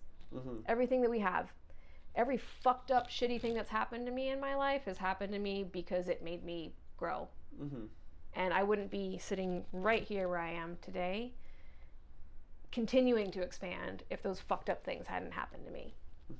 I'm okay accepting that I'm really glad I'm out of certain chapters of my life. But it's all blessings in the end, you know? I love it. Yeah. Do you have some kind of general spiritual beliefs or path? Are you a spirit? Are you God? Is God a thing? You know, where are you at in the scheme of spirit? What is spirit? What is spirit? We are spirit. The greater part of us is non-physical. This is just like a little blip of us. What is reality? I feel like sometimes it's just us like dipping our head into a pond, a fish pond. And we've forgotten that like we're actually on the outside of the fish pond. Like the majority of us is on the outside of the fish pond. So is this reality fake or not real? No, I think it's real. I think it's real, but you know, these are my dowsing rods, and I don't know, but I mean, like there's this stuff that, you know, we see and we feel, and I don't know, there's just like this, like, yeah, this is an experience, but yeah, there's a lot more going on. That's the cool part. Like more than meets the eye. More than meets the eye. Where's Chris? Where's Chris? Where's Chris? Where's Chris? Where's Chris? Where's Chris? Where's Chris? Where's my beloved? There's my beloved. Yeah. I don't know. I just like stuff like this. It puts me more in tune with, and I love using the pendulum because like I'll be so still, make a question, and then it starts swinging in all these ways, and it's like, whoa, like that's like almost like evidence that there's some kind of spirit moving something. Yeah. That's beyond, because I'm like staying super still, and I could see your hands there with the dowsing rods, for example, and you weren't moving in any way. You're just staying still, and the things energy. Are like, woo. It's all energy. And the dowsing rods, thank you, Entity Sam, so much, and Stefan for making those. But the dowsing rods those are just a tool to tap us in, connect us more with our intuition and that our superpowers. Like we have, basically when you're using the dowsing rods, it's important to like observe how you're feeling, and then the goal is like you don't even need the dowsing rods anymore, you know. But they're still really fun. Do you think humanity will evolve to a point where we can have all the answers at our disposal without technology or metaphysical tools? Yes, and at the same time I feel like I'm contradicting myself, because I feel like we're like these infinite spiritual beings that are forever expanding, and because of that, like you can't get it done. You can never get it all done. What do you mean get it all done? Well, because you're forever expanding. Yeah. There's no end. Yeah. So like all the things that you're doing and the growth that you're doing, there's no end, so you can never get it all done. And also because you can never get it all done, you can't get it wrong. So. But, you know, in that spectrum of growth, of infinite growth and expansion. It's happening. I'm witnessing it happening. Yeah. It's like it literally like just in the last 6 months, in the last year, in the last 18 months, it's speeding up. I'm seeing it more and more in people. I fucking love that. Humanity it's so is cool. awakening. We're waking up. Yeah, we're seeing through the lies of, you know, the controllers, perhaps, if we should call them. And it's just like it's like we're sensing things more, we're perceiving things better, we're doing more of what we love more, we're being more authentic. There's more clarity, there's more abundance. What do you see in the future? Not that you're a psychic, but like we listen to psychics all the time. We listen to a lot of prophecies. I hear, I know. I guess this is where like I kind of get hung up, because perhaps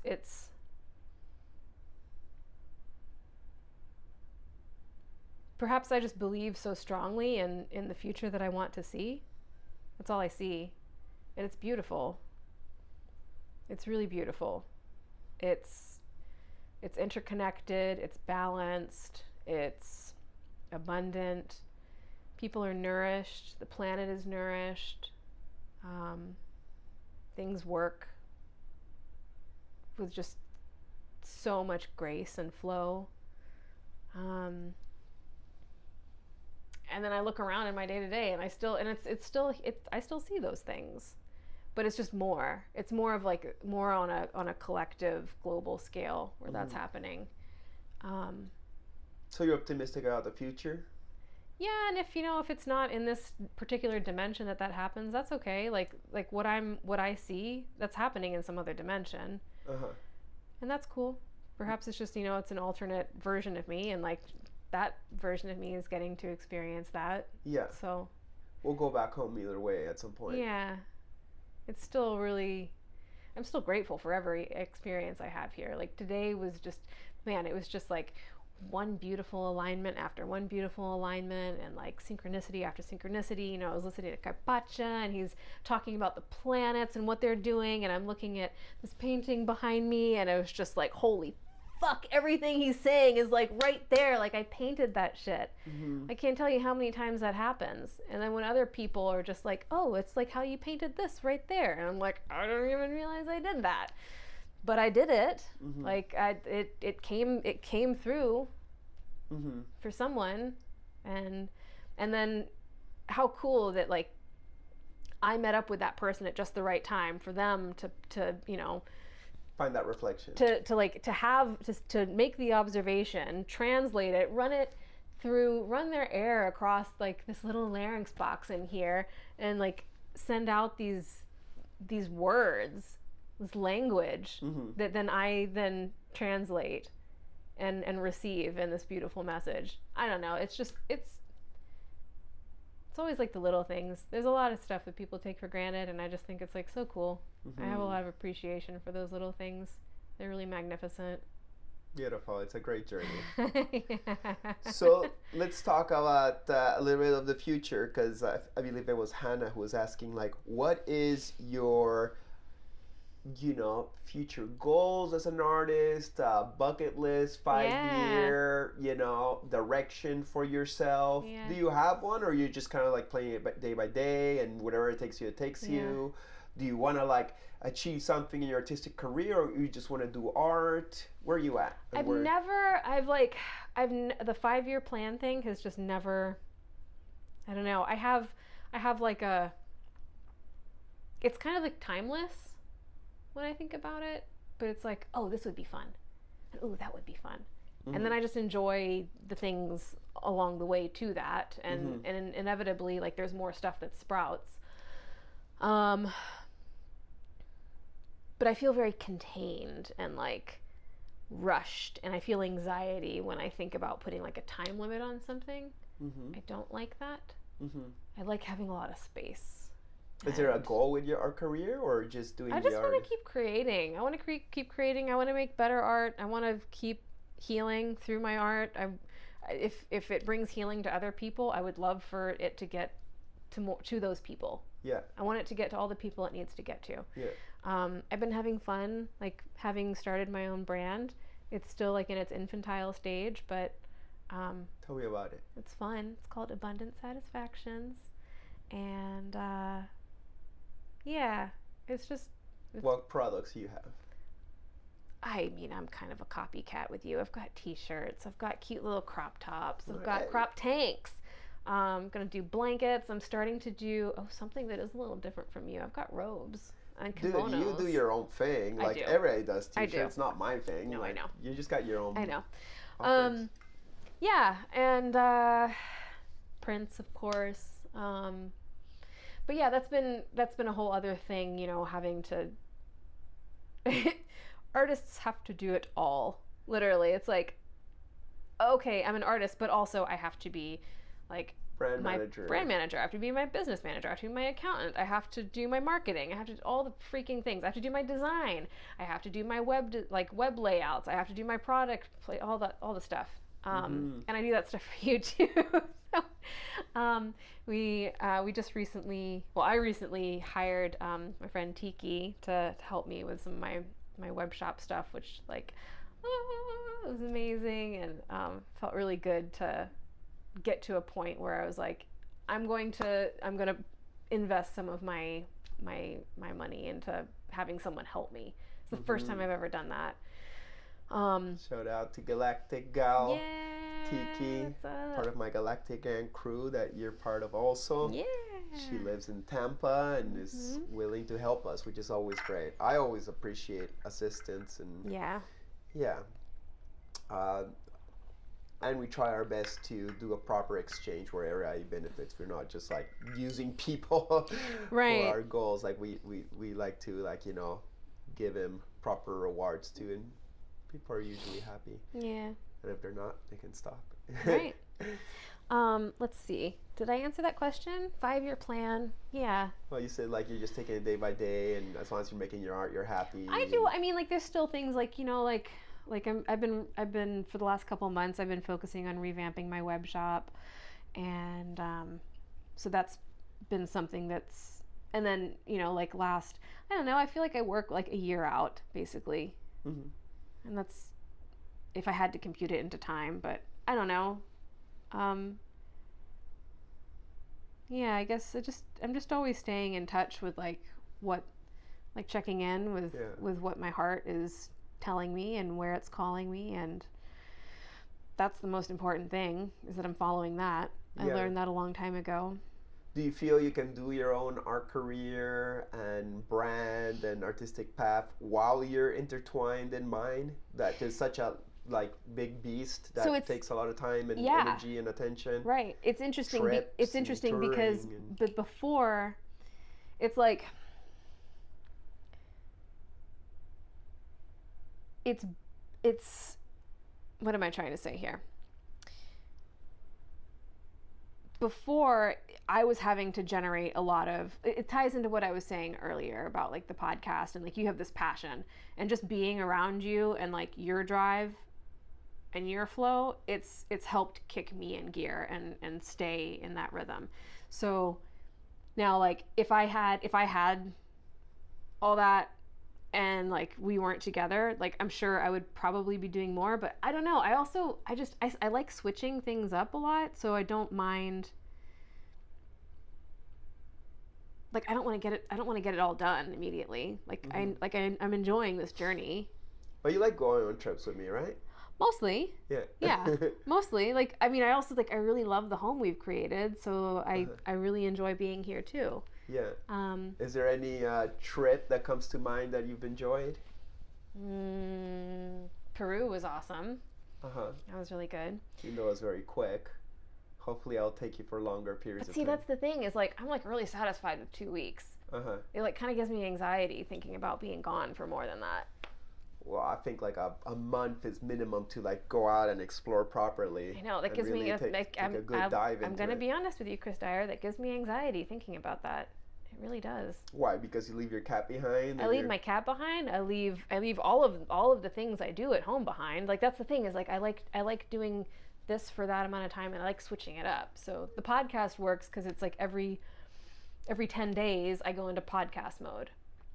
And then like for those other 10 days I can do art, I can do garden, I can do building, house renovation stuff, I can do socializing, I can pull from those things. And I don't know, maybe me not, I think that's reflective of my brain type. I think I've just realized that I'm just happier like that if I can just like, you need your structure.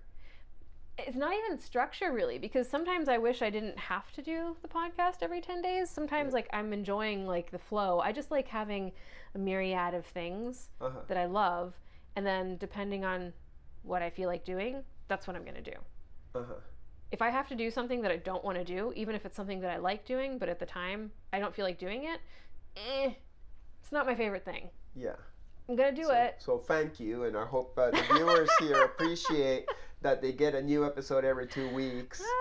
And they might be all like, I want an episode every week. And it's like, sorry, give Paulina a little break, you know? Happen. Like, if not, she'd only be editing this podcast and her life would just be this podcast and that's I couldn't imagine, even if it was, and that's the thing. Even if it's just being an artist, I wouldn't want to be just painting all the time. I can't. I have to have the break. I have to be able to go outside. I love that we can go on this bike trail behind our house and we can just be in nature all of a sudden. I love that. And yeah, I like, so to answer your question, like I think it is helpful also having, you know, the hats that assist you. Because the other thing too is like, would I rather be working outside of the artistic field or closely related to it? You know, like before I started being an artist full time, I was doing home renovations. So I was still like building and crafting. And I was doing a lot of house painting. So like, yeah, okay, it's just painting like walls, but it's still painting. I'm still getting to like take the brush and like dip it into the goopy paint and spread it. I fucking love that shit so much. So that's the thing, is it's like if you still have to have like a regular job for monetary reasons, it's like at least try to just keep nudging it closer and closer to like the place you actually want to be. Because those things support. So all of the travels we've gone on, all the interviews we've done, they've all been art centered. So it's like, I noticed a huge improvement in my art just from all the traveling we did last summer and seeing all the different art and meeting different artists and just having that, that's just kind of the way my brain works. Like I can look at something, I can study it, and like it's just I take in the information from what I see and then I can recreate from that. That's one of the biggest advantages of the podcast, like, you know, other than offering to people, it's like we get to go to the studios and creative areas of all these masters who are gracious enough to let us in and film their personal places, and not a lot of people get that privilege. And to me, like, it's super inspiring. Always makes me want to do better art. Not that I'm like, ooh, I want to do art like them. I want to do my art, but to the next level like them, you know? Yeah. How can I always progress and become better at what I do? You know, but it's kind of like humbling many times. Yeah. Once again, any studios come to mind, collections, or, you know, like being the house of Brian Chambers was really nice. That was amazing. I got to stand in front of an original Roger Dean. Wow. Yeah. I painted countless hours to Yes. Have always been super inspired by Roger Dean's work. It's great to interview him too. That was so cool. Yeah, got a cool picture with him. Yeah, that was fun. I realized after the fact, I was like, oh wow, I totally dressed like Roger Dean, but like Paulina style. I really liked Sweet Melissa's studio. And who else? Studios. Blake Foster was good. Yeah, that was inspiring seeing his work. Blake Foster was cool. Like that whole California Santa Cruz run. Yeah. And even Killer Acid. Yeah, Killer Acid was great. That was like a totally different style. Super colorful. Really like that. Yeah. Nice. Yeah. Well, I think we plugged the web. I think we plugged the podcast. We don't have any more rooms for cards. Yeah. Yeah. They only allow you so many. Well, thank you so much, Paulina, for finally being on Chris Dyer's Creative Friends. It's pretty much your show, and I'm just your cartoon character host that makes questions. Do you got any final words of wisdom for the people watching this show? Yeah. Don't forget to play. That should be like your driving force. Just play. Have fun. Love. Be gentle with yourself. Yeah. Thank you so much, Paulina. I love You're you so welcome. much. I love you too. You're the best. I think you're the best too. Oh, thank you. And I think you guys are the best also. Thank you so much for tuning in to another week of Chris Dyer's Creative Friends. Make sure to like, subscribe, comment, you want to share. Let's keep on spreading this beautiful podcast with so many beautiful creative friends. And I'll see you next episode. Blessings. Woo! We did it. Next episode, Justin Bua. Oh. I gave you the next episode there. Boom.